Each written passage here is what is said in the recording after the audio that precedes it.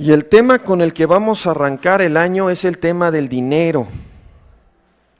Vamos a arrancar con la mayordomía cristiana.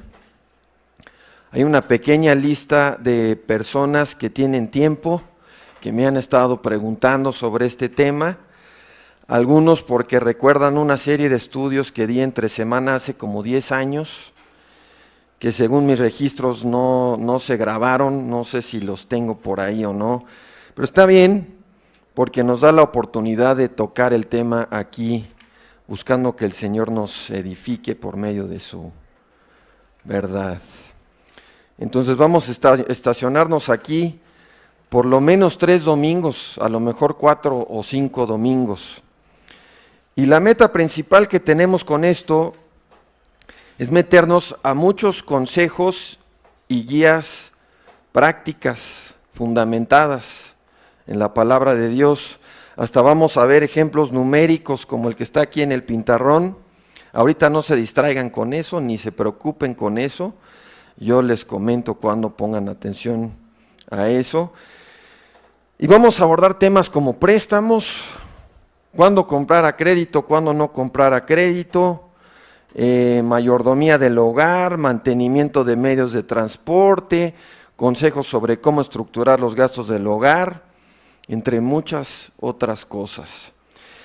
Y por si creen que nada de esto lo encontramos en la Biblia o que no tiene fundamento bíblico, vamos a ver que sí, vamos a ver que sí. La palabra está llena de exhortaciones a contar el costo, a hacer cuentas, ser buenos mayordomos, ser buenos administradores. Habla de construcción, habla de préstamos, habla de mantenimiento de propiedades. Y todo tiene fundamento bíblico. El dinero y tu mayordomía del dinero tiene relevancia en lo que haces todos los días. Todos los días tomas decisiones en relación al dinero.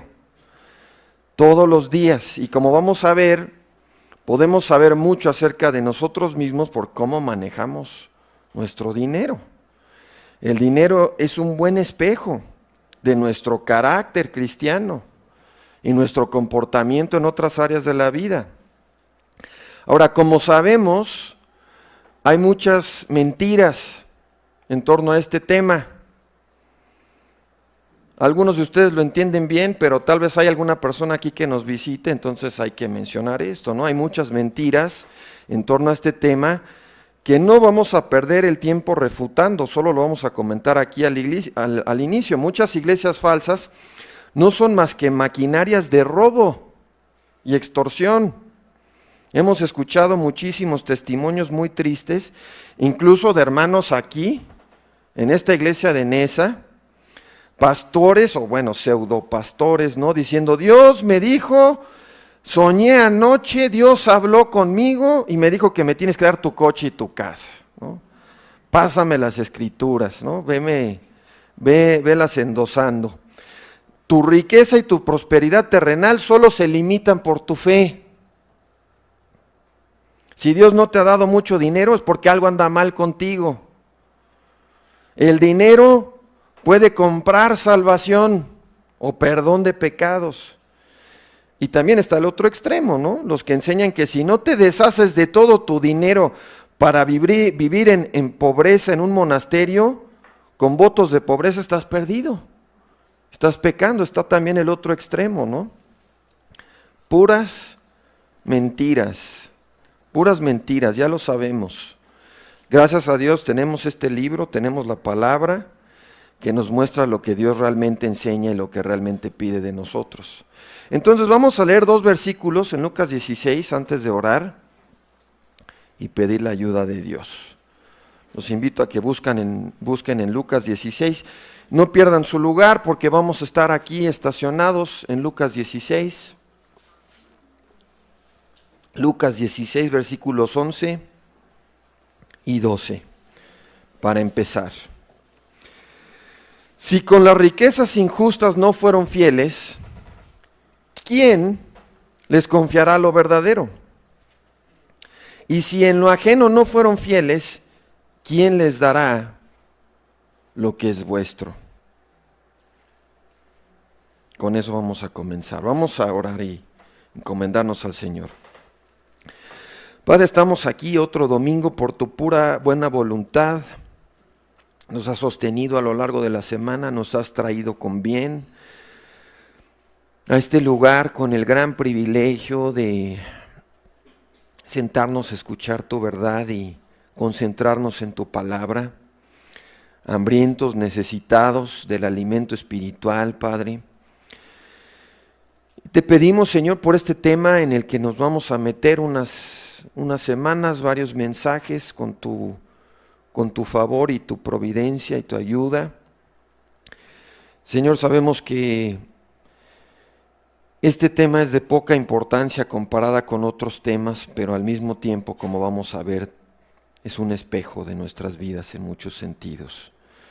Así que te pedimos, Señor, que nos ayudes a quitarnos muchos errores, muchas ideas preconcebidas que tenemos en relación al dinero y la mayordomía cristiana. Y te pedimos, Señor, que nos ayudes a examinarnos a nosotros mismos, no a estar volteando a examinar a alguien más, escuchar tu palabra, examinarnos a nosotros mismos a la luz de tu verdad y aplicarnos los principios bíblicos de mayordomía que vamos a ver, Padre. Ayúdanos a ser buenos mayordomos, a poder dar cuentas con gozo de los recursos que nos has dado para administrar y para usar para tu gloria en este mundo. Todos somos mayordomos, todos somos administradores. Sabemos por tu palabra, Señor, que todos vamos a dar cuentas de los recursos que nos has dado, no importa si tenemos poco, no importa si tenemos mucho, nos vas a pedir cuentas, Padre, como nuestro gran Señor de quien hemos recibido todo lo que tenemos, la vida, cada cosa buena, cada recurso, todo lo hemos recibido de tu mano. Padre, ayúdanos, danos tu gracia, acompáñanos. Te pedimos que no sea un estorbo el pobre predicador, Señor, sino que tu palabra suene con poder, con tu poder, que tu Espíritu Santo aplique la verdad a cada alma y cada corazón. Te lo pedimos en el nombre de Cristo Jesús. Amén. En el capítulo 16 de Lucas, donde acabamos de leer, encontramos la parábola del mayordomo infiel. La parábola del mayordomo injusto. Esta es una de aproximadamente 40 parábolas que dio nuestro Señor Jesús, y las parábolas son un recurso que Cristo usaba más que nadie, de manera especial. Los demás autores del Nuevo Testamento no emplean, a grandes rasgos no emplean este instrumento de enseñanza. Sí hay algunos ejemplos de cosas similares en el Antiguo Testamento, como la ilustración, por darles un par de ejemplos, la ilustración de la oveja que le da Natán a David cuando cayó en pecado, el acertijo del león y la miel que da Sansón, y algunos otros en Ezequiel, en Isaías, pero nadie enseñó con parábolas como Cristo.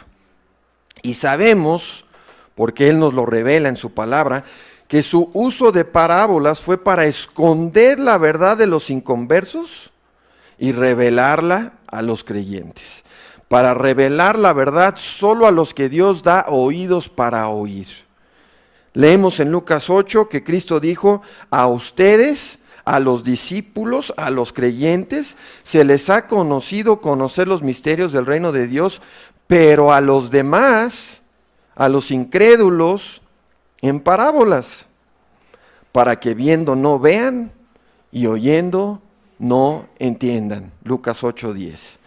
Y esto es exactamente lo que pasó con la parábola de Lucas 16. Vemos en el versículo 14 que los fariseos, que eran avaros, oían todas estas cosas y se burlaban.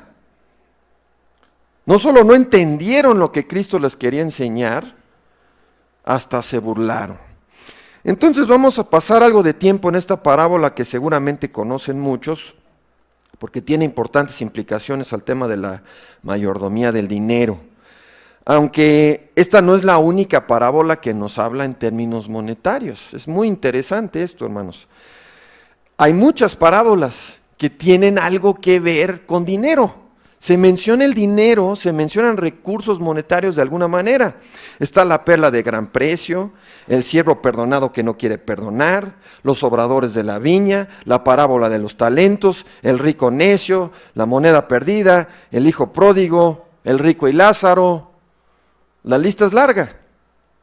Aproximadamente 30% de las parábolas de Cristo, una de cada 3, tiene alguna referencia al dinero o tiene algo que ver con el dinero.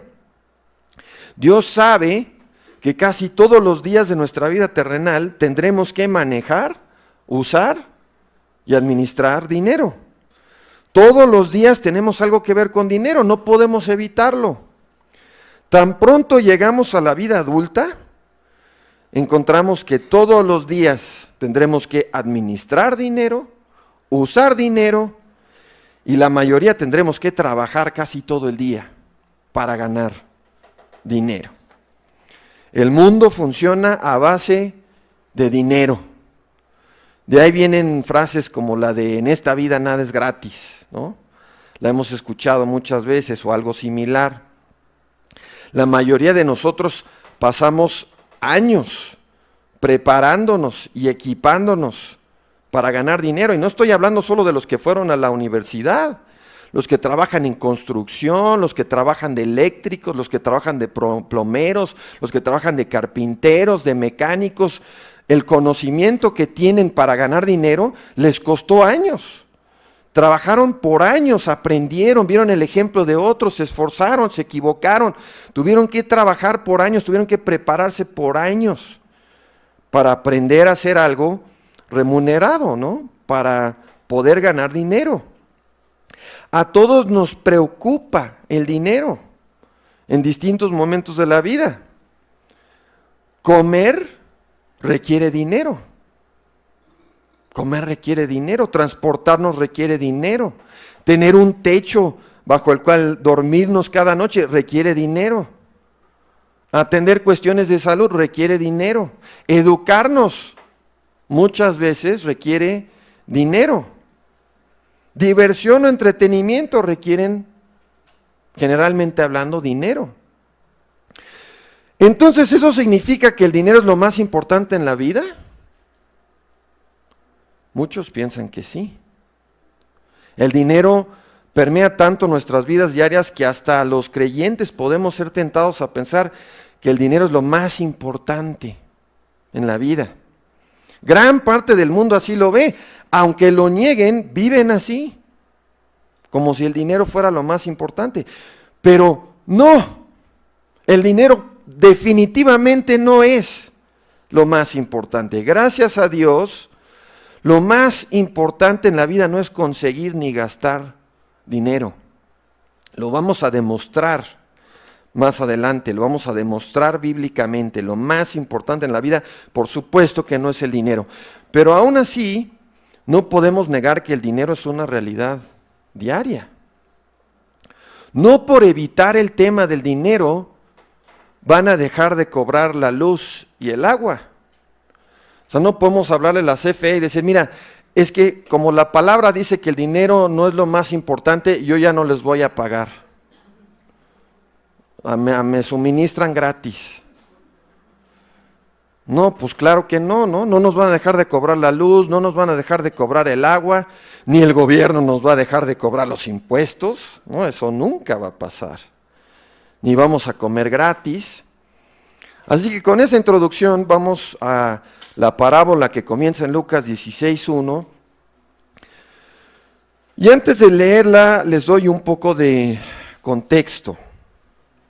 Esta parábola seguro la han leído muchas veces, y para muchos es una de las parábolas más confusas y difíciles de entender de toda la Biblia. Es difícil de entender porque de entrada la llamamos la parábola del mayordomo infiel. Y después nos quedamos dudando, ¿no? Leemos la parábola y después nos quedamos dudando si lo que hace el mayordomo está bien o está mal. Algunas de las preguntas que nos saltan luego son, primero, ¿su patrón queda contento con lo que hizo? Al final, su mayordomo. Segundo, ¿por qué Dios pone de ejemplo a un hombre malo? A un hombre inconverso.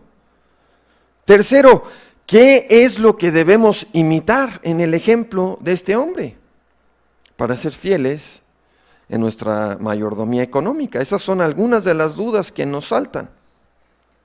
Es fácil confundirnos.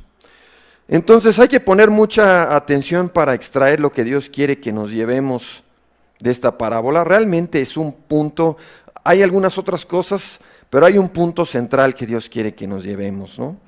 Vamos a leerla entonces a partir del versículo 1. Estamos en Lucas capítulo 16. Dijo también a sus discípulos, Cristo: había cierto hombre rico, el cual tenía un mayordomo, y éste fue acusado delante de él como derrochador de sus bienes. Y su señor le llamó y le dijo: ¿qué es esto que oigo de ti? Da cuenta de tu mayordomía, porque ya no podrás ser mayordomo. Entonces el mayordomo se dijo a sí mismo: ¿qué haré? Porque mi señor me quita la mayordomía. Cavar no puedo, mendigar me da vergüenza. Ya sé lo que haré, para que cuando sea destituido de la mayordomía, me reciban en sus casas. Entonces llamó a cada uno de los deudores de su señor y dijo al primero: ¿cuánto debes a mi señor? Y él le contestó: 100 barriles de aceite. Así que el mayordomo dijo: toma tu recibo, siéntate de inmediato y escribe 50.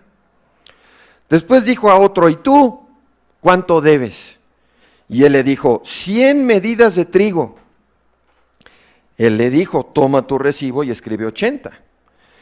Y el Señor elogió al mayordomo injusto porque actuó sagazmente.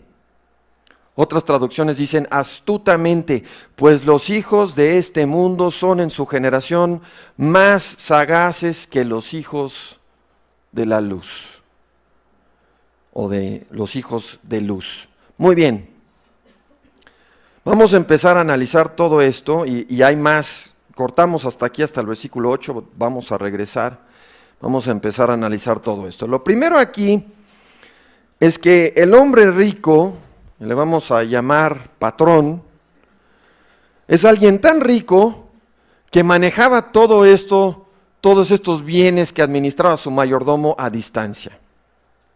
En pocas palabras, o no quiere o no puede administrar él mismo estas riquezas. Así que tiene un mayordomo que maneja toda su operación. Además vemos que hay muchos que le debían cantidades fuertes de dinero o de recursos. Solo nos mencionan específicamente a dos, pero en el versículo 5 la idea es que hay más, ¿no? La idea es que son múltiples personas.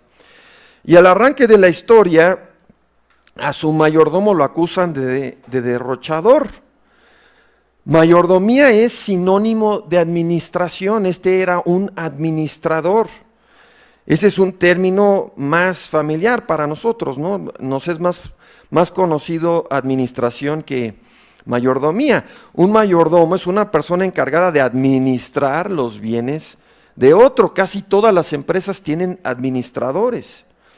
Es una persona responsable de administrar cosas ajenas por las que va a tener que rendir cuentas. Si le hacen algún cuestionamiento, si le hacen alguna auditoría, todo tiene que cuadrar, todo tiene que ir por buen camino, ¿no? Y este es un arreglo común para los ricos en todos los tiempos. Lo vemos desde tiempos de Job. Job tenía propiedades, tenía ganado, tenía siervos y no podía manejar todo de cerca personalmente. Lo vemos en el relato, ¿no? Como cada uno de sus mayordomos, o no sabemos si realmente eran sus mayordomos o eran otras personas, ¿no? Pero él obviamente no estaba ahí en el campo con su ganado. Tenía mayordomos, tenían personas encargadas. Vemos lo mismo en otros ejemplos, como el de Abraham. Así que regresando al mayordomo de Lucas 16, este hombre desde el inicio del relato es acusado de derrochador o disipador. Y vean, no fue acusado de fraude, no fue acusado de robo. La acusación es que lleva una mala administración, malgasta y maladministra lo que le ha sido encargado. En vez de sacarle provecho y rendimiento a su patrón, le termina causando pérdidas. Eso es lo que entendemos con esto. Entonces no sabemos cómo, pero su patrón se entera, le llega un informe, le llega un rumor, alguien lo acusa, no sabemos cómo, pero el patrón se entera del mal trabajo que está haciendo su empleado y le reclama. Le llama la atención en el versículo 2, dice, ¿qué es esto que oigo de ti? Vamos a hacer una auditoría. Da cuenta de tu mayordomía porque ya no vas a ser mi mayordomo. El hombre rico lo enfrenta y le exige un reporte de sus labores. Le pide un estado de cuenta, un corte de caja. Y le dice, independientemente de cómo salga todo esto, independientemente de que salga en la auditoría, en las cuentas, te voy a despedir. Se acabó. No vas a seguir. Tú ya no tienes chamba conmigo. Ahora, aquí, no me quiero desviar, pero aquí podríamos señalar que la reacción del hombre rico parece ser no muy sabia en un inicio. ¿Por qué? Si tú sabes que alguien está mal administrando grandes cantidades de recursos y bienes, tus bienes, lo corres así, lo corres al instante, antes de que pueda hacerte daño, antes de que se pueda vengar, no le das un aviso anticipado, ¿no? Me ha tocado ver múltiples ejemplos de esto en el mundo corporativo y cuando una empresa detecta este tipo de cosas no avisa, le da cortón al asunto y hace todo lo posible por reducir el riesgo de sufrir más pérdidas en manos de esta persona que está o robando o mal administrando, lo que sea, ¿no? Si hay un fraude, si hay un robo de por medio, llega directo la patrulla a las oficinas de la empresa, ¿no? Los culpables llegan al trabajo o para ser arrestados, para irse arrestados sin aviso, o como mínimo llegan a la puerta, a la entrada, para enterarse de que están despedidos. Ya no tienen chamba, ya no funciona su tarjetita de acceso. Pero bueno, para seguir avanzando, el mayordomo de Lucas 16, ante las acusaciones de su patrón, vean, ni siquiera intenta defenderse. Es como el viejo dicho de el que calla otorga, ¿no? Aunque eso no siempre es verdad, no siempre es verdad. Pero en este caso sí lo es. El mayordomo ni siquiera intenta defenderse, ya sabe que están las cosas mal, reconoce que ha hecho mal y sabe que no tiene el dinero ni los recursos para reponer o para pagar los despilfarros y la discrepancia en sus cuentas, ¿no? Y tenemos que volver a enfatizar que según el pasaje, este no es un caso ni de robo ni de fraude. Este hombre simplemente administró mal, malgastó los bienes y los recursos de su patrón. Y la consecuencia es que va a perder su chamba, su casa, porque evidentemente vivía en la propiedad del patrón, y su reputación también. Su chamba, su casa y su reputación. Lo van a conocer como alguien incompetente, irresponsable, y muchos obviamente van a asumir pues, que es ladrón, ¿no? Más allá de lo que sea verdad. Así que dice el versículo 3, entonces el mayordomo se dijo a sí mismo, ¿qué haré? Porque mi señor me quita la mayordomía. Cavar no puedo, mendigar me da vergüenza. No puede recurrir a ganarse, no puede o no quiere ganarse la vida con trabajo pesado. Tal vez por su edad, tal vez por salud, o tal vez por su soberbia, su orgullo. El punto es que no quiere quitarse el traje y la corbata para ponerse a trabajar con las manos. Y por supuesto que le da pena mendigar, así que de repente le llega una idea, una solución, a su parecer.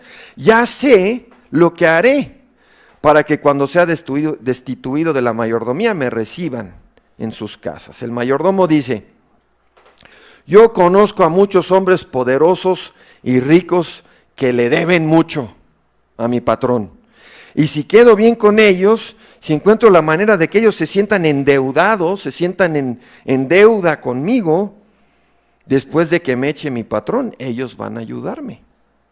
Me van a recibir en sus casas y hasta puede que alguno me contrate, ¿no? Alguno me dé chamba.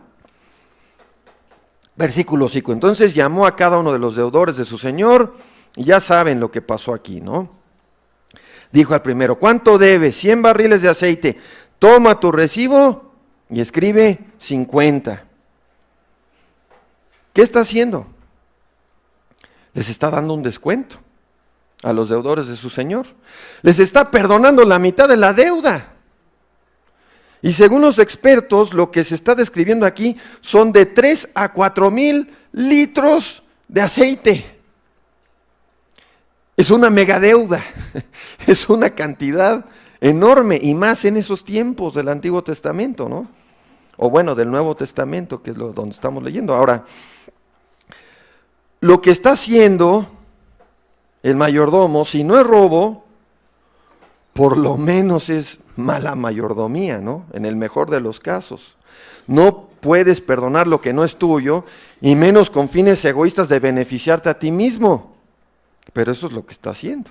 Y el versículo 7 es lo mismo, toma tu recibo, toma tu pagaré y escribe menos.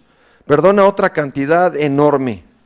Los expertos dicen que tomaría 8 a 10 años producir estas 7 medidas de trigo para alguien con un terreno enorme, si mal no recuerdo, con un terreno de 100 hectáreas, dicen que tomaría 8 a 10 años producir la cantidad de trigo que perdona este cuate. Le descuenta al deudor el 20%. Así que, aunque el mayordomo no está literalmente robando dinero para sí mismo, por lo menos está perdonando deudas que no son suyas. Y la implicación del texto es que hubieron más casos, ¿no? Algunos creen que lo que estaba haciendo el mayordomo era perdonarles a los deudores los intereses. Y se podrían hacer muchas conjeturas, ¿no? Que no vamos a hacer, no tiene caso. Al final del día está condonando deudas ajenas sin el permiso de su patrón. Así que llegamos a la parte más controversial de la parábola, lo que nos cuesta más trabajo entender. Después de todo esto, leemos en el versículo 8, el Señor elogió, felicitó, congratuló al mayordomo injusto porque actuó astutamente, sagazmente. Pues los hijos de este mundo son en su generación más sagaces, más astutos que los hijos de luz. Hermanos, no vamos a ahondar más en esta parábola más que para llevarnos lo que necesitamos aprender. El gran aprendizaje para nosotros aquí es que muchas veces los inconversos entienden mejor cómo usar el dinero para sus fines pecaminosos y egoístas que los creyentes para fines eternos y legítimos. Los inconversos entienden mejor cómo usar el dinero para sus fines pecaminosos que los creyentes para fines legítimos. Los inconversos suelen ser más hábiles para usar el dinero para el mal que los creyentes en usarlo para el bien. Ese es el punto central aquí.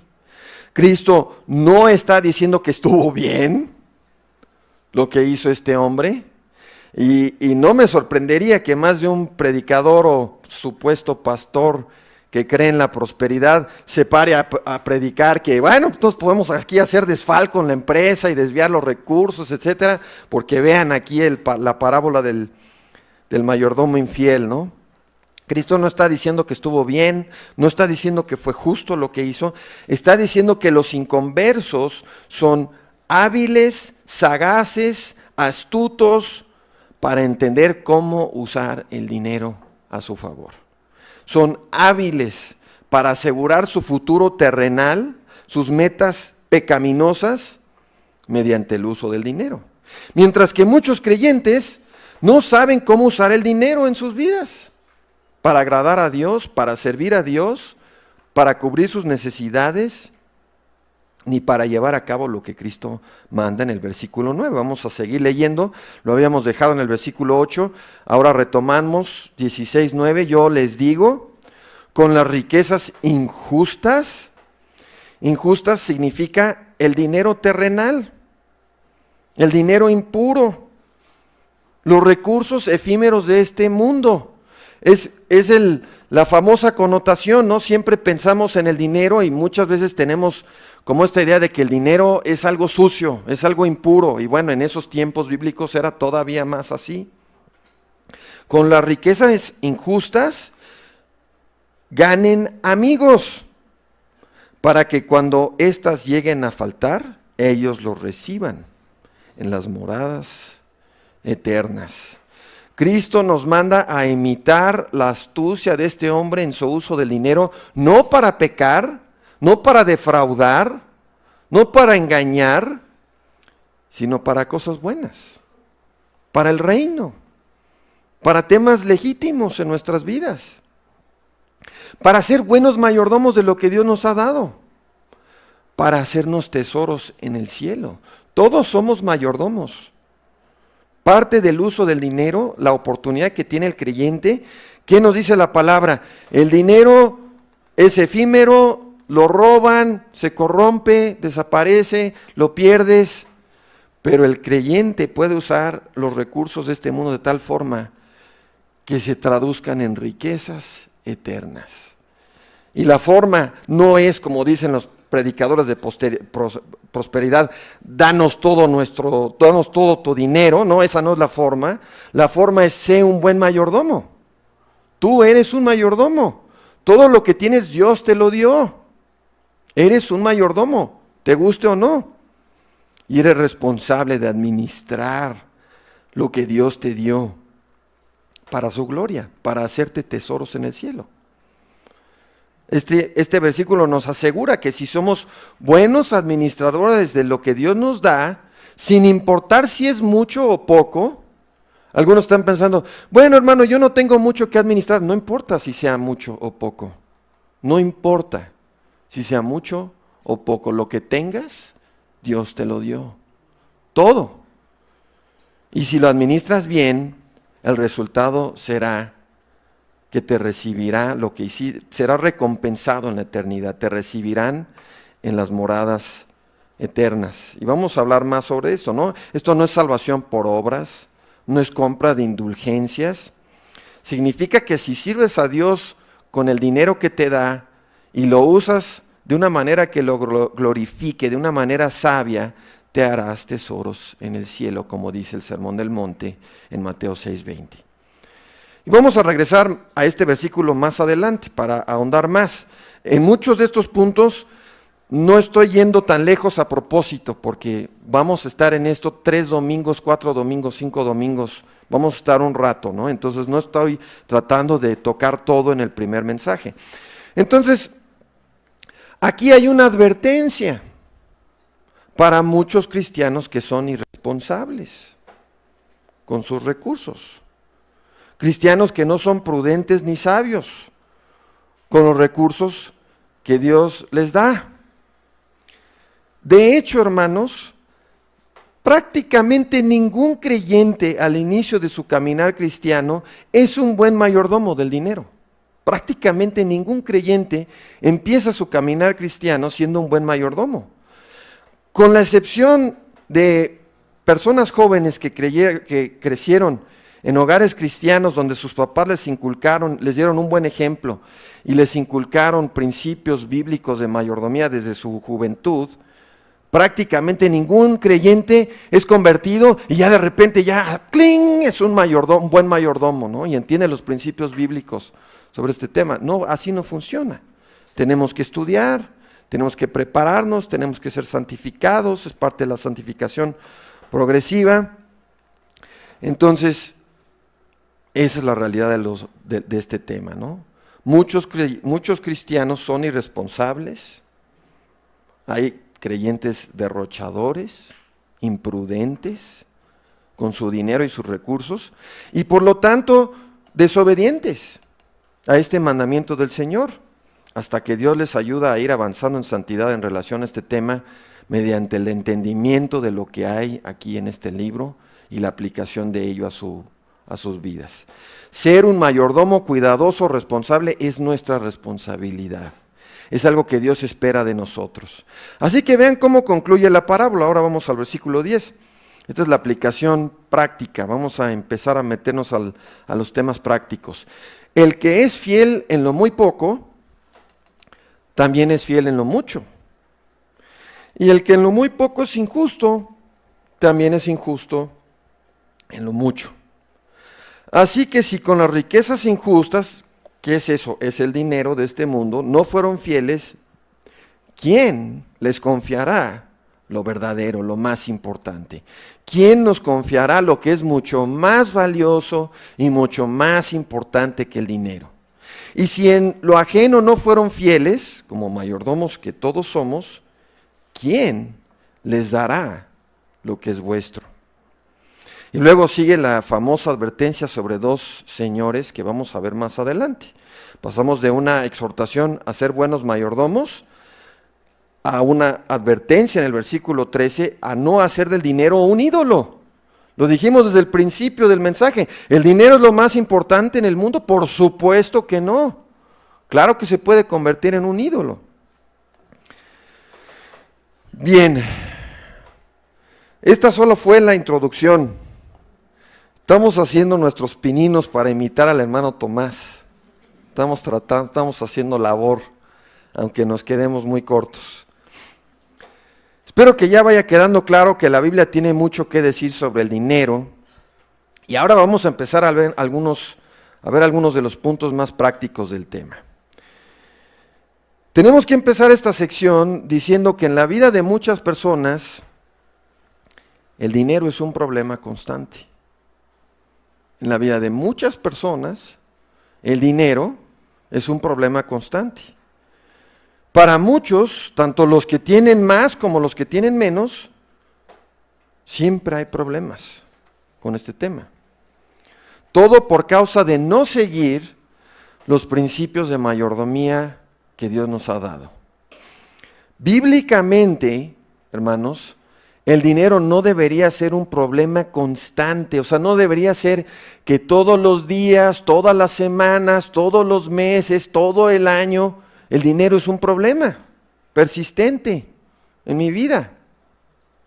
Hay múltiples versículos en Proverbios que no vamos a ver hoy porque no nos va a dar tiempo, vamos a verlos más adelante, que indican que diligencia y fidelidad en la mayordomía traen estabilidad en este asunto.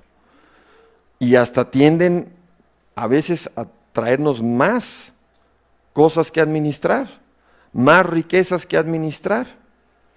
Y con esto no quiero decir que buena mayordomía garantiza que Dios nunca va a mandar pruebas en relación al dinero y lo económico. Algunos saldrán y dirán, no, el hermano Mark dijo que un creyente que es buen mayordomo nunca va a tener ningún problema en relación al dinero. No, eso no es lo que dijo el hermano Mark.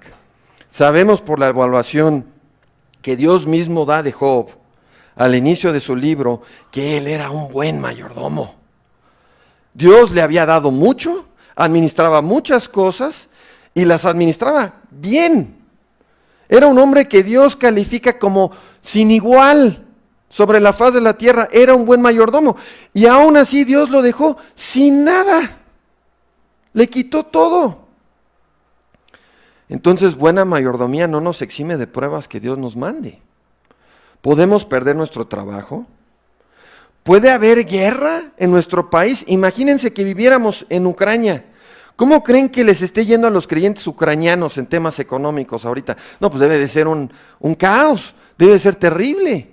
Perdí mi trabajo, hay escasez de 1000 cosas, no tengo dinero, apenas estamos logrando comer. O sea, puede llegar la guerra a nuestro país, se puede poner mal la economía, el gobierno se puede equivocar o puede haber algún tipo de catástrofe en términos de huracanes, lo que sea. Muchas cosas nos pueden afectar. Hermanos, aun si somos buenos mayordomos, no nos debe sorprender que Dios nos mande dificultades económicas y pruebas monetarias. Todo creyente va a vivir algún grado de presiones y tentaciones y dificultades económicas en esta vida. Son cosas que Dios usa, son cosas que Dios manda con el propósito de ayudarnos a crecer y a madurar. Tiene propósitos. Entonces, eso nos trae a nuestro primer punto práctico. Dependiendo de qué tan buena o mala sea nuestra mayordomía, el dinero puede traer muchos problemas o puede ser la solución para muchos problemas. Esto es obvio, lo vemos en muchos aspectos de la vida. Se descompone algo en casa. Si tienes un dinerito ahorrado, puede ser que lo resuelvas así de fácil. O sea, amaneces un día, la licuadora ya no funcionó. Amaneces un día, el refri tiene un chorro de agua abajo, eso nos pasó el año pasado. El refri tiene un chorro de agua abajo, ya no enfría, se va a echar a perder lo que tenemos en el refri. De un día para otro, estas cosas suceden. Si eres buen mayordomo y tienes un dinerito ahorrado, estas cosas se pueden resolver así, o puede ser un problema que dure un buen rato, ¿no? Se enferma alguien en casa, el dinero también muchas veces puede ayudar a solucionarlo, con médicos o con medicina. Aunque toda sanidad es divina, lo sabemos, ¿no? Pero el dinero puede ser un medio utilizado por Dios para ayudarnos. Si has sido un buen mayordomo, Dios puede bendecir eso para ayudarte. Y hay muchos ejemplos que podríamos dar. Pero así como la buena mayordomía puede traer soluciones a muchos problemas, mala mayordomía te va a traer un chorro de problemas también. Te va a asegurar un chorro de problemas. Y vamos a ir hablando de esos problemas en cada mensaje. Vamos a ir abordando por pedazos este asunto, ¿no? Por bloques. Muchos problemas matrimoniales tienen mucho o todo que ver con el dinero. La pareja no se pone de acuerdo entre sí. ¿Ahorramos o no ahorramos? ¿Prestamos? ¿Le prestamos a tu hermano? ¿Le prestamos a mi tío? ¿O no prestamos? ¿Compramos o no compramos? ¿Nos endeudamos o no nos endeudamos? ¿Cuánto vamos a gastar en el súper? ¿Dónde y cada cuándo vamos a salir a pasear? ¿Compramos esa telesota a 300 pagos chiquitos en Electra? No, 50 pesos semanales. Sí, pero 20 años. Mejor ahorramos, ¿no? Mejor ahorramos y luego la compramos, porque si haces la cuenta, resulta que una tele que vale 5,000 pesos te la están cobrando en 10,000 con los pagos chiquitos, ¿no? O te la están cobrando en 15,000, ¿no? Son abusivos. Pero de eso se trata la buena mayordomía, de eso se trata la mayordomía. Para las esposas, ¿tienes ropa o no tienes ropa? La esposa siempre piensa que no tiene ropa, siempre dice que no tiene ropa. El esposo siempre va al closet y dice, ¿qué es esto? Aquí hay mucha ropa, tienes mucha ropa. Siempre surgen debates, ¿no? ¿Realmente necesitamos eso o no? Para los esposos, ¿debes seguir gastando el dinero en juguetes, en colecciones, en pasatiempos? No, ya necesitamos una nueva tele. ¿Necesitamos una nueva tele? O sea, la necesitamos. Es una necesidad para la vida. Esa es la definición de necesidades. Lo necesito para vivir. ¿O es más bien un lujo? Es más bien un capricho. Me gustaría tener una nueva tele. Hay una gran diferencia entre las dos cosas, ¿no? Entonces los esposos, ya le dimos duro a las esposas, pero a los esposos también. Pasamos ahí por la entrada, siempre ponen en la entrada, ¿no? Las teles, las cosas que le llaman la atención a los esposos, ahí las ponen. En toda esta lista es común que las parejas tengan puntos de vista muy diferentes, incluso parejas cristianas. Uno quiere gastar en un tema, el otro no quiere, otro quiere ahorrar. Uno piensa que sí, es momento de gastar en eso, el otro piensa que no, que hay que esperar. Uno cree que sí podemos darnos ese lujo, otro prefiere que por ahora no. Hay cosas más importantes. Uno piensa que ese gasto es esencial y básico, el otro considera que es un lujo. Entonces, ¿cómo se resuelven estos conflictos? Pues mientras las actitudes y formas de actuar de una o ambas partes no se alineen con un criterio divino, siempre van a tener problemas con el dinero, las parejas que no se sometan a la palabra de Dios. En la pareja y hasta con los hijos va a ser un gran problema el dinero. Y claro que los hijos van a querer adoptar posturas muy diferentes a las de los padres, en su inmadurez, en su pecado, inconversos normalmente. Pero, ¿cómo sabemos qué hacer?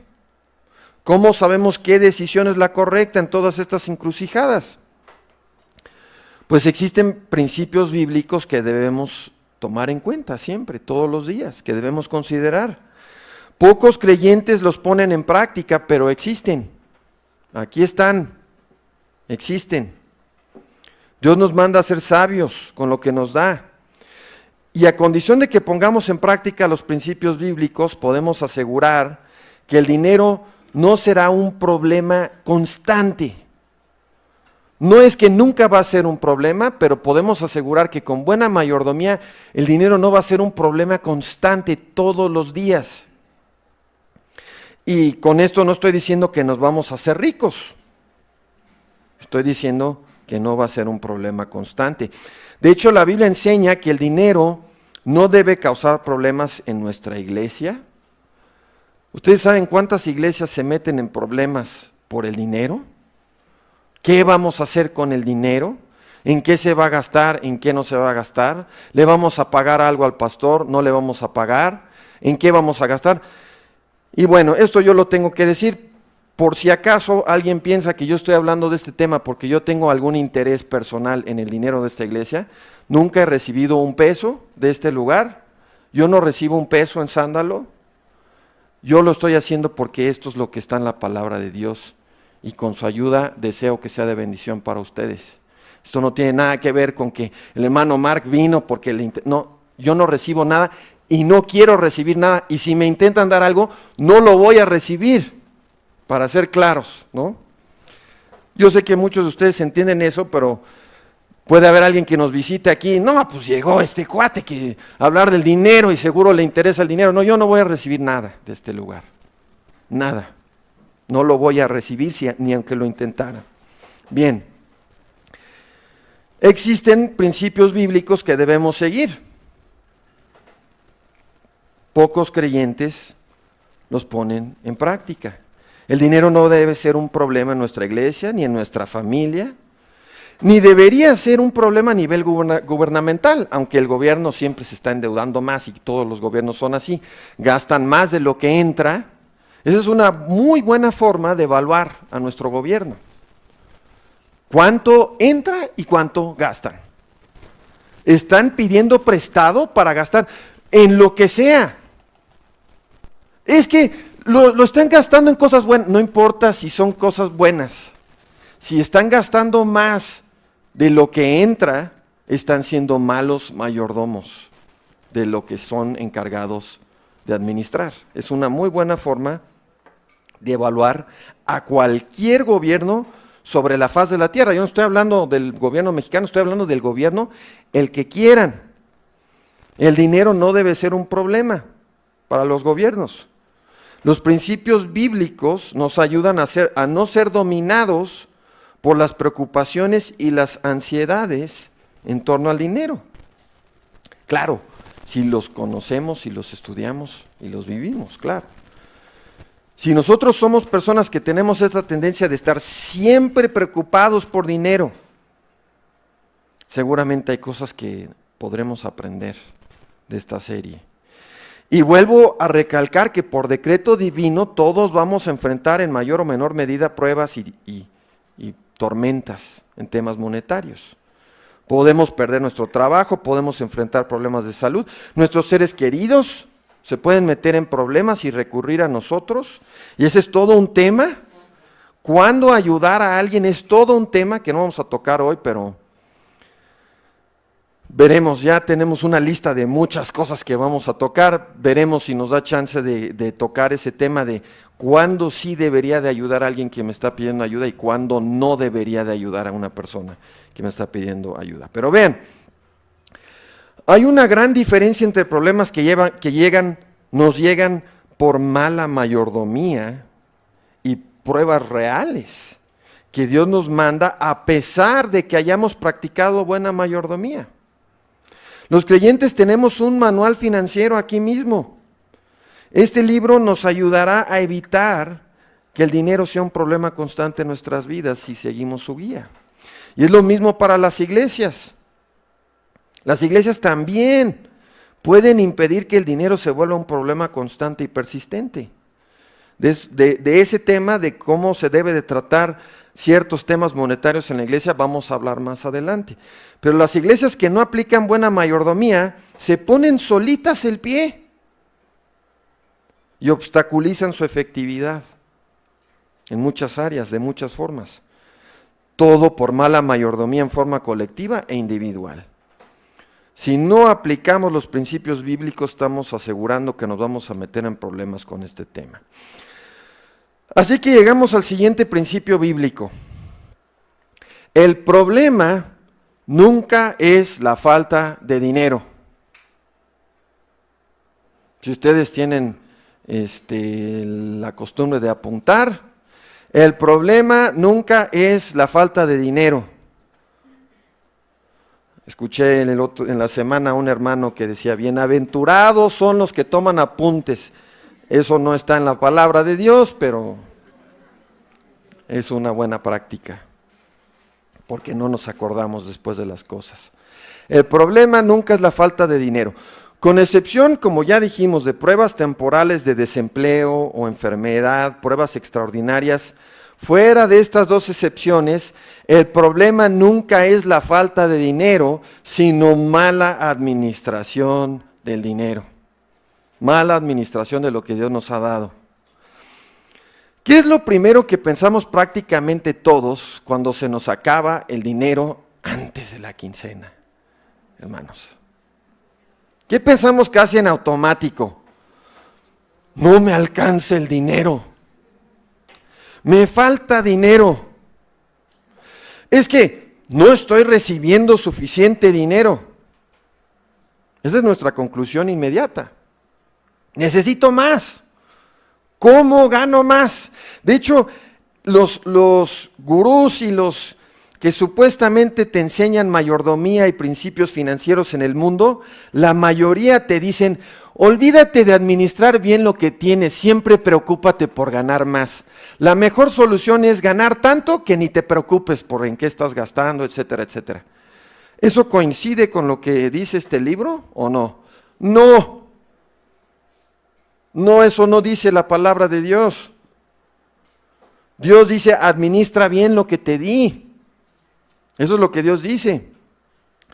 Por naturaleza casi nunca pensamos, híjole, tal vez mal administré mi dinero. Tal vez gasté mal mis recursos. Eso ni nos pasa por la cabeza, pero Dios dice que muchas veces es así. La consecuencia de mal administrar lo que Dios nos da, la encontramos en la misma parábola del mayordomo infiel. Y lo vamos a traducir al siguiente ejemplo. Imagínense que tenemos un hijo que está estudiando y preparándose para ganar dinero en el futuro. Así que está yendo a estudiar toda la semana. Entonces cada domingo le damos para su semana, ¿no? Le damos su domingo. Le damos para pasaje, para que compre algo a la hora de la comida y para sus libros, para que siga estudiando. O sea, y bueno, no importa, esos son los 3 que se me ocurrieron a mí, ustedes se les ocurrirán otros. El punto es que le damos para lo que necesita, para lo que realmente necesita. Pero a la mitad de la semana llega para decirnos, papá, ya no me alcanzó el dinero, necesito más. ¿Qué hacemos? ¿Cuál es la primer pregunta obligada? Pues, ¿en qué te lo gastaste? ¿No? Te di el domingo, apenas es martes, miércoles, y me dices que ya no te ajustó. ¿En qué te lo gastaste? Y si en la investigación con nuestro hijo no nos puede dar una explicación clara de a dónde se fue el dinero, o descubrimos que lo malgastó, ¿cuál va a ser nuestra reacción? Sí, mijito, toma, ¿eso es lo que vamos a hacer? No, vamos a hacer lo mismo que el patrón de la parábola. Vamos a hacer lo mismo que el patrón. No le vamos a dar más porque no lo está administrando bien. Le dimos para sus necesidades y lo gastó en un videojuego, un cómic, algo que no era necesario. No le podemos dar más hasta que aprenda la lección, ¿no? Hasta que aprenda a administrar bien. Pues hermanos, pasa lo mismo con los creyentes, con los hijos de Dios. Todos los creyentes que mal administran lo que Dios les da, descubren que muchas veces Dios simplemente no les da más. Si cavan un hoyo con su mala mayordomía, no descubren que un día aparecen 10,000 pesos ahí en el jardín, o que les dan un aumento enorme en el trabajo y ya salieron de problemas de esa manera. No, por lo general, Dios les sigue dando lo que les estaba dando, no les da más. Generalmente Dios nos deja sufrir por lo menos algunas de las consecuencias de nuestra mala mayordomía. La parábola lo deja muy claro. ¿Cuál fue la reacción del patrón? No le dio más al mayordomo. Entonces, ¿cuál es la lección que Cristo quiere que nos llevemos en el versículo 8? Los inconversos de este mundo son en su generación más astutos que los hijos de luz con estos temas.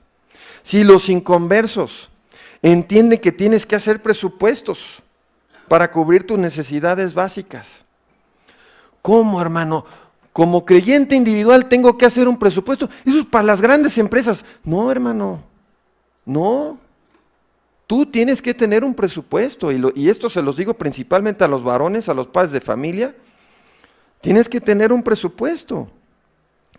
Y no vamos a convertir esto en una clase de finanzas, les voy a dar una idea. O sea, vamos a establecer los principios bíblicos, ¿no? Y cada quien decidirá cómo va a poner en práctica esto en sus vidas. Tienes que hacer presupuestos. Los inconversos lo entienden, que tienes que hacer presupuesto para cubrir tus necesidades básicas. Entienden que tienes que administrar bien lo que te llega. Vean, aunque no reconozcan que lo que les llega les llegó de la mano de Dios, entienden que tienen que administrarlo bien, que tienen que ser previsorios, que tienen que planear financieramente. ¿Por qué no sabemos eso los creyentes? Porque muchas veces lo tenemos que aprender. ¿Por qué muchos creyentes no entendemos o no aplicamos los principios financieros básicos que entienden los inconversos? ¿Cómo es que no sabemos hacer amigos, como dice la parábola, tomando esos términos prestados? ¿Cómo es que no sabemos hacer amigos del dinero para que sea un medio de bendición en lugar de un problema constante? Muchos inconversos entienden cómo hacer un presupuesto, entienden cómo plantear y logran ahorrar. Cubren sus bases, administran con cierta sabiduría.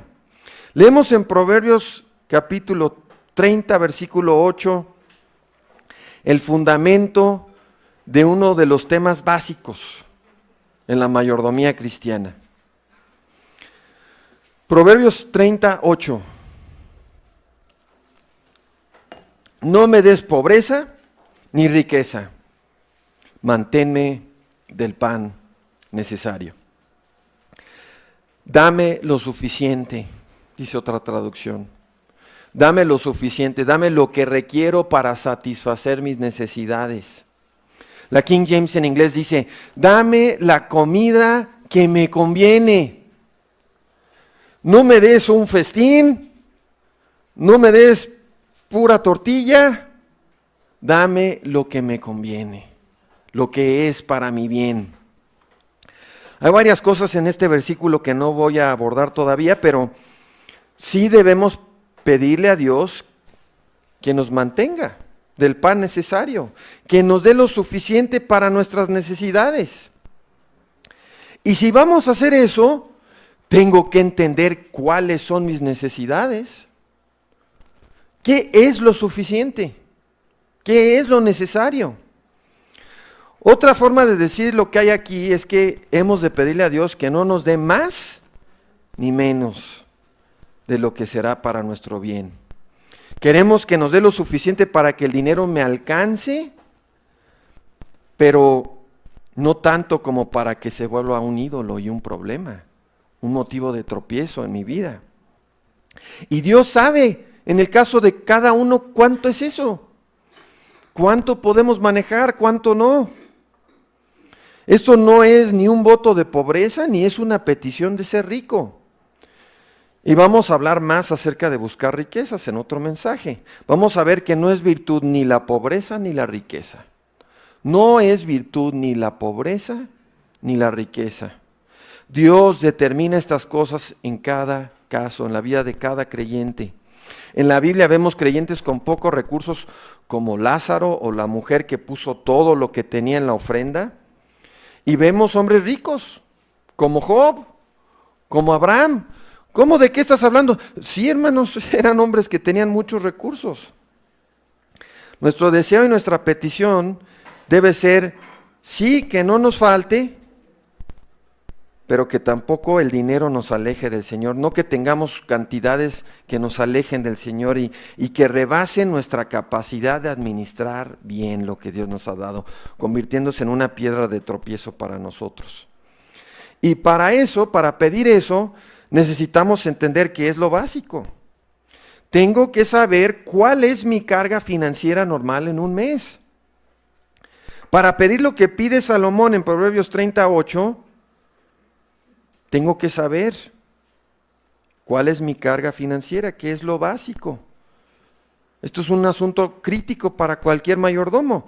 Les pregunto, hermanos, ¿saben cuánto necesitan para hacer frente a un mes normal de vida en este mundo? No de manera perfecta, pero a grandes rasgos. A todos los que tienen empleo fijo, ¿tienen claro cuánto entra? Esto es algo increíble. Si tú haces una encuesta a nivel nacional y le preguntas a la gente, ¿sabes cuánto recibes monetariamente cada mes? Una cantidad enorme de personas va a decir, no sé, no tengo claro, no estoy seguro.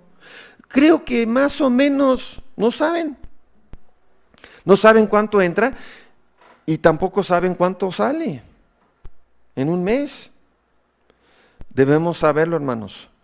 Yo entiendo que no todos tienen empleos fijos ni ingresos fijos. Eso me queda muy claro. Pero por lo menos lo que gastamos en un mes normal lo tenemos que saber. Si no lo sabemos, ¿cómo vamos a pedir lo que leímos en Proverbios capítulo 30? Y aquí los padres de familia, los esposos, tenemos la responsabilidad principal. Después siguen las esposas, que también tienen mucha responsabilidad en esto, y luego vamos a ver más acerca de la responsabilidad de las esposas. Entonces, les puse aquí un ejemplo, y de nuevo, no nos vamos a poner aquí a hacer matemáticas, ni va a ser una clase de finanzas. Les puse un ejemplo de cómo hacer un presupuesto básico aquí en el pizarrón. Lo puso Paulina porque yo ni en mi mejor día hubiera logrado que esto quedara como quedó en el pizarrón. Espero que si creen que les es de ayuda lo apunten o le tomen una foto, se lo lleven a su casa, lo apliquen. Las dos preguntas fundamentales son, ¿cuánto me entra cada mes y cuánto necesito para cubrir mis necesidades básicas cada mes? Y aquí hay diferentes puntos, ¿no? Aquí lo que puse es inventado. A lo mejor ustedes dicen, no, ¿cómo crees, hermano? La renta me cuesta el doble. Lo inventé, no importa. O sea, no importa, los números aquí no importan.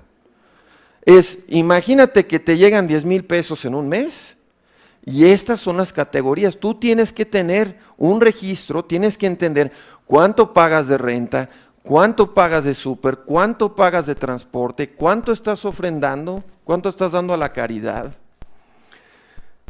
Debes de ser previsor, tener un ahorrito mes a mes para lo que pase en tu casa, los desperfectos, las cosas que se descomponen. Hermano, ¿para qué 500 pesos este mes no pasó nada? No, pero cuando sí pasa, no son 500 pesos, resulta que son 3,000 pesos. No, el boiler ya no sirve, está congelada el agua y nos estamos bañando aquí. Algunos hermanos dicen, bueno, yo no ocupo eso, qué bueno.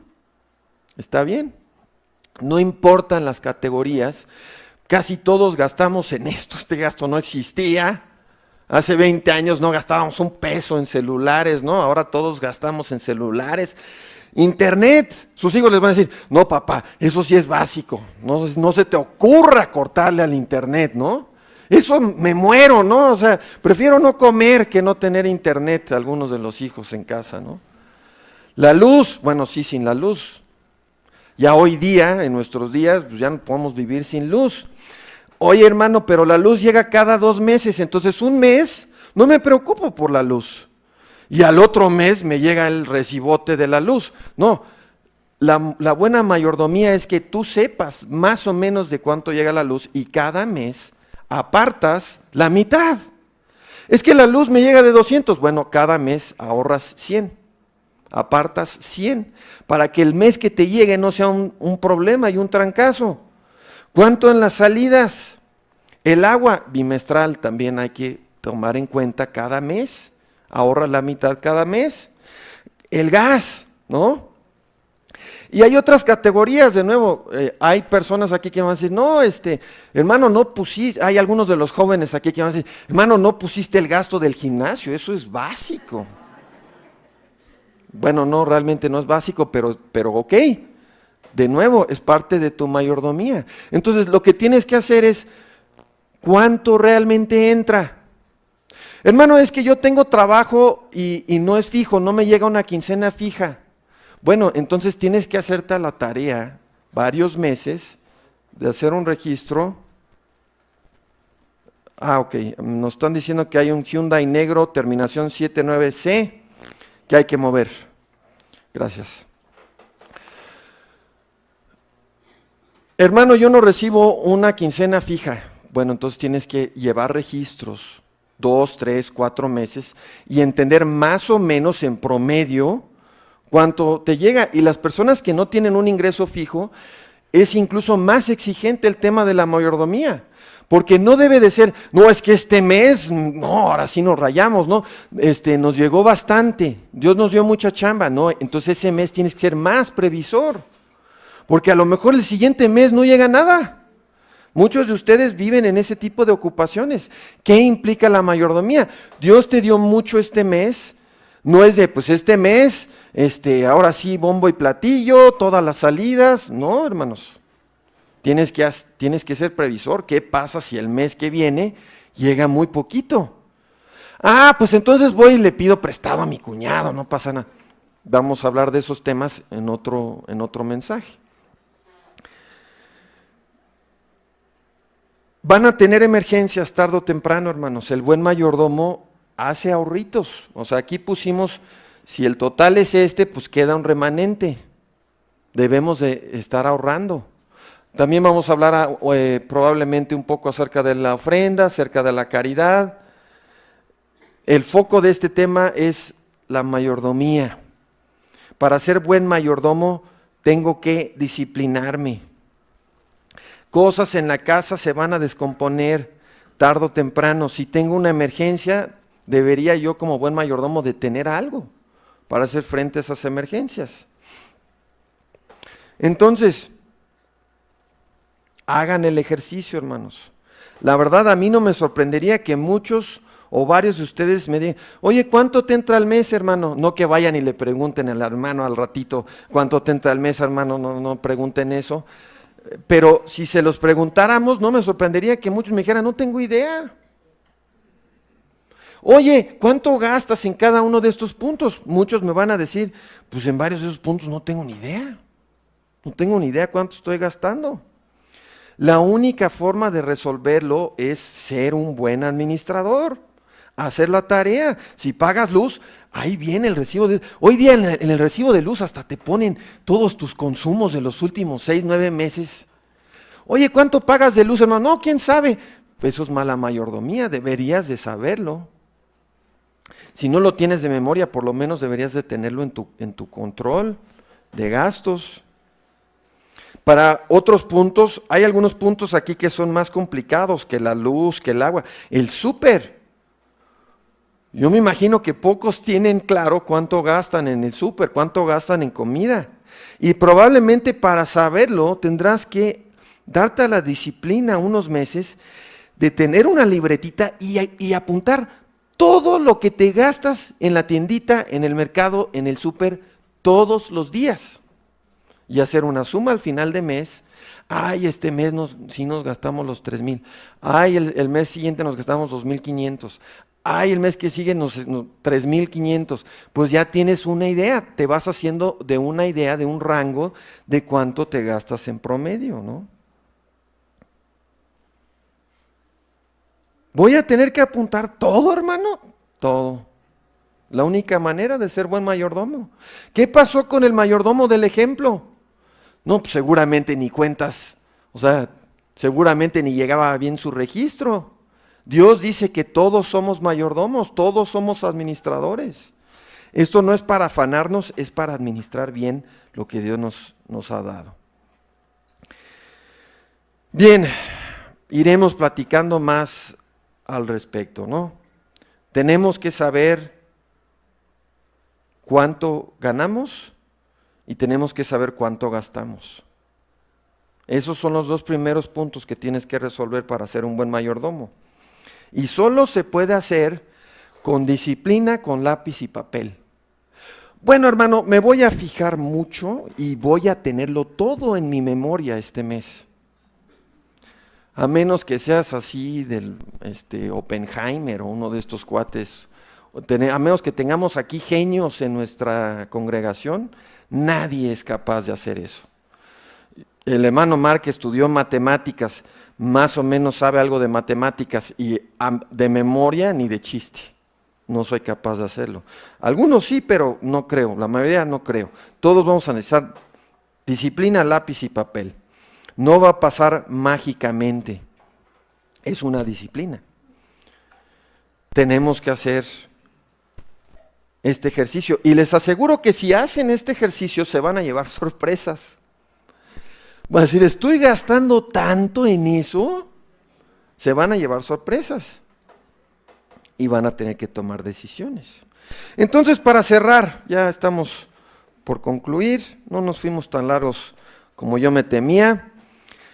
¿Qué conclusiones iniciales podemos sacar de la parábola del mayordomo infiel? Primero, según el versículo 10, el dinero en sí no tiene gran importancia. ¿Cómo, hermano? Todo lo que llevas, todo el mensaje, y ahora nos dices que no es tan importante. Sí, el dinero en contraste con muchas otras cosas en la vida no es importante. Versículo 10, el que es fiel en lo muy poco, tampoco es fiel en lo mucho. Y el que en lo muy poco es injusto, también es injusto en lo mucho. El que en lo muy poco es injusto, también es injusto en lo mucho. Lo que el versículo llama poco, ¿qué es? El dinero. El versículo dice, el dinero es lo poco. Pero al mismo tiempo nos dice que nuestra relación con el dinero, nuestra actitud hacia el dinero y nuestra administración del dinero es como un espejo de muchas otras cosas en nuestras vidas. Si no somos fieles con el dinero, difícilmente seremos fieles en otras cosas más importantes. El dinero en contraste con la salvación no es nada. Eso lo sabemos. No vale nada el dinero comparado con la salvación. Ni todo el dinero del mundo vale el alma de un hombre. Según Marcos 8, ¿de qué le servirá al hombre ganar el mundo entero y perder su alma? Si ponemos el dinero en la balanza y lo comparamos con la salvación o la oración o nuestro servicio cristiano, nuestro testimonio, la autonegación, la mortificación del pecado, la familia, el matrimonio, y podríamos seguir y seguir y seguir con la lista, comparativamente el dinero es menos importante. Comparativamente el dinero no importa. Entonces, ¿qué debemos concluir cuando personas nos dicen, es que no puedo ir el domingo porque tengo que trabajar, porque necesito más dinero? ¿Qué concluimos? Tengo que tomar un trabajo que va a acabar con mis oportunidades de estar en la iglesia, de servir a Dios, porque necesito más dinero. Lo tengo que hacer. No puedo asistir a los estudios entre semana, no puedo ser fiel en la oración, no puedo ser fiel en el estudio de la palabra, porque mis esfuerzos para ganar dinero no dejan tiempo para nada de eso. Concluimos que algo anda muy mal en la escala de prioridades de esas personas. Y muchos creyentes pasan luchas con esto, yo lo entiendo, pero un creyente que es convertido teniendo un trabajo donde le exigen trabajar en domingo, un creyente que pasa por una crisis o cambio laboral o lo que sea y está trabajando por un tiempo en domingo, si tú pones esto en las manos de Dios y le dices, Dios, ayúdame a tener una forma de ingresos que no me exija trabajar en domingo, Dios te va a ayudar. No, hermano, pero es que voy a ganar menos. Bueno, o sea, entonces ya sabemos cuál es tu escala de prioridades, ya sabemos cuál es lo más importante. Dios dice que te dará 100 veces más. Oye, voy a sacrificar el dinero, Dios lo va a multiplicar aquí, te va a hacer un millonario. No, en la eternidad, tesoros en el cielo. Esas son las decisiones críticas en este tema. Y regresando al punto de la parábola, una persona que no puede ser fiel, que no quiere ser fiel, que no puede ser fiel en la administración del dinero, lo poco, no puede ser fiel en ninguna otra cosa. Lo que dice el versículo. La persona que no puede ser fiel en cosas pequeñas como el dinero, no puede ser fiel en las cosas más grandes del reino de Dios. Entonces hoy vamos a cerrar con una pregunta muy sencilla. ¿Puede Dios confiar en nosotros en cuanto al uso de lo ajeno que nos ha prestado? En cuanto al uso del dinero y las riquezas que nos presta. ¿Puede confiar en que seremos buenos mayordomos y administradores con todo lo que Él nos ha prestado en esta vida y este mundo? Todos somos mayordomos, todos.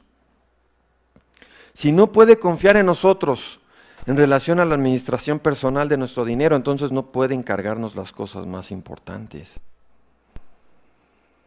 Hay que preguntarnos, hermanos, ¿Dios puede confiar en mí en cuanto a esta cosa relativamente pequeña?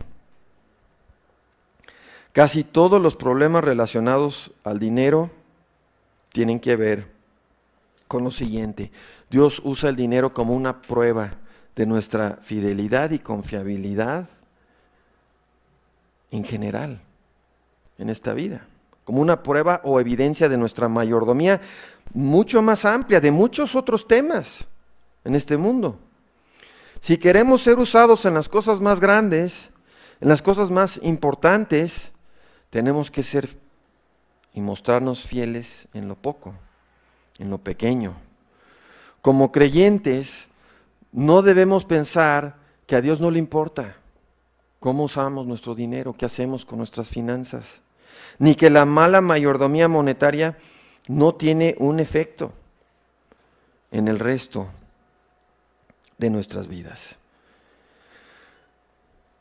Vamos a seguir con este tema, hermanos. Vamos a abordar muchos temas con la ayuda de Dios. Y cierro con una palabra a las personas que están aquí sin Cristo. Olvídate poner en orden tu dinero. Olvídate de ganar dinero. Olvídate de tu futuro financiero. Si tú no estás bien con Cristo. No, hermano, ya tengo una carrera, tengo un futuro financiero brillante, me están dando oportunidades en la empresa. ¿Qué va a hacer contigo el enemigo? Necesitamos que trabajes en domingo. Mira, lo estás haciendo muy bien. Te vemos potencial, te vemos futuro, pero hay que sacrificarse por la empresa. ¿Quieres subir? ¿Quieres ganar más? Necesitamos que trabajes en domingo. Si estás pasando por una prueba monetaria, el enemigo te va, mira, yo ni lo busqué y llegó esta persona y me ofreció, pero hay que trabajar en domingo. Por un rato nada más. Ese por un rato se vuelven meses, se vuelven años y el enemigo te tiene justo donde te quiere. Justo donde te quiere, mientras tú sigas con eso, él está contento, ¿no? Mira, está en contacto con esa iglesia donde se predica la verdad, pero aquí lo tengo enjaulado, trabajando en domingo, porque no tiene de otra. No, hermanos, y no, amigo, que estás sin Cristo. El enemigo va a usar esto en tu vida. Nada en el mundo vale lo que vale Cristo. Las riquezas no importan. Hazte tesoros en el cielo. Busca a Dios. Vamos a orar. Padre, te damos gracias por tu ayuda, la claridad de tu palabra. Te damos gracias porque no nos dejas a la deriva en este mundo ante las tentaciones y las influencias de este mundo, sin guía, sin instrucciones. Aquí está todo, Padre. Te rogamos por cada creyente que nos ayudes a disciplinarnos. Yo nada puedo hacer para convencer a nadie en este lugar, Padre, es tu obra. Tú eres poderoso para que tu palabra lleve fruto de acuerdo a tu voluntad. Te rogamos que obres en cada uno de nosotros, que nos ayudes a examinar nuestras vidas, a ordenar nuestras prioridades, a ser mayordomos fieles en esto que es lo poco, para que podamos ser contados útiles y seamos usados en cosas mucho más importantes. Te pedimos, Señor, por cualquier persona que está aquí sin Cristo, para que pueda ver y entender, Padre, que este mundo se reducirá a cenizas, que el éxito, la prosperidad terrenal no vale nada comparado con una eternidad de riquezas eternas en Cristo. Te damos gracias, nos encomendamos a ti en el nombre de Cristo Jesús. Amén.